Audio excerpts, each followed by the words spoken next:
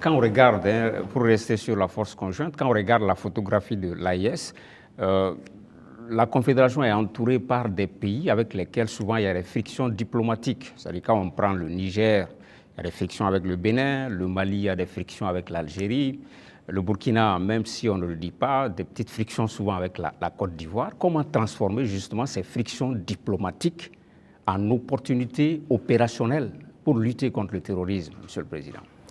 C'est ce que j'ai dit. Vous voyez, c'est autour de l'AES.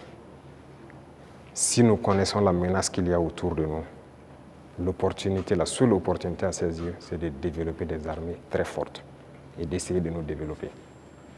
C'est la seule opportunité. Sinon, l'adversité, on va toujours l'avoir. Ce n'est pas comme ce que vous avez cité, c'est réel. C'est réel. Mais qu'est-ce qu'on peut bien faire? Le problème en Afrique, très souvent, ce sont les dirigeants. Ces frictions diplomatiques, c'est pas entre, moi je n'aime même pas dire les frictions entre les États. Il n'y a pas de friction entre les deux pays ou quoi. Il y a friction entre les dirigeants des pays.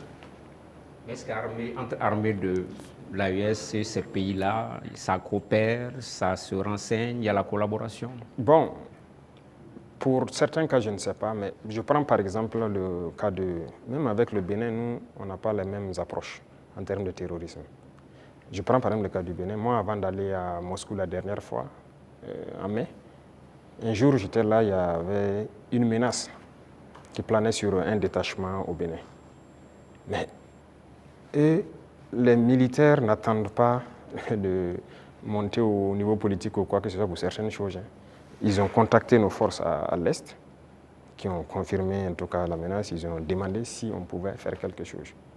Moi, j'étais encore là, c'était un samedi, je me souviens. J'ai ordonné à nos appareils d'aller survoler et voir ce qui se passe, parce qu'ils ont intercepté les communications de regroupement. Effectivement, les drones sont arrivés à la frontière, ils ont vu que les terroristes se regroupaient pas loin de leur base. On a frappé et on a avorté l'attaque. Ce n'est pas une fois, ce n'est pas deux fois. Vous voyez, les forces coopèrent. C'est ça l'esprit militaire. Un bon militaire, la menace d'abord, il y a une menace commune. Mais maintenant, c'est souvent au niveau, comme je l'ai dit, au niveau des dirigeants, beaucoup n'ont pas compris. Ils sont là dans des guerres inutiles. Mais le plus important, la menace est commune. Si quelqu'un croit qu'il peut se soustraire de la menace, il se trompe. Donc on coopère. Les militaires coopèrent. Vous avez dû voir, par exemple, nous et les dirigeants ivoiriens, il ne faut pas se mentir, ça ne va pas. Mais vous avez dû voir nos militaires, très souvent même, qui se retrouvent, qui s'assoient ensemble à la frontière, qui causent. Voilà, ça fait partie. C'est l'occasion de parler des 6 éléments du DARA. Où est-ce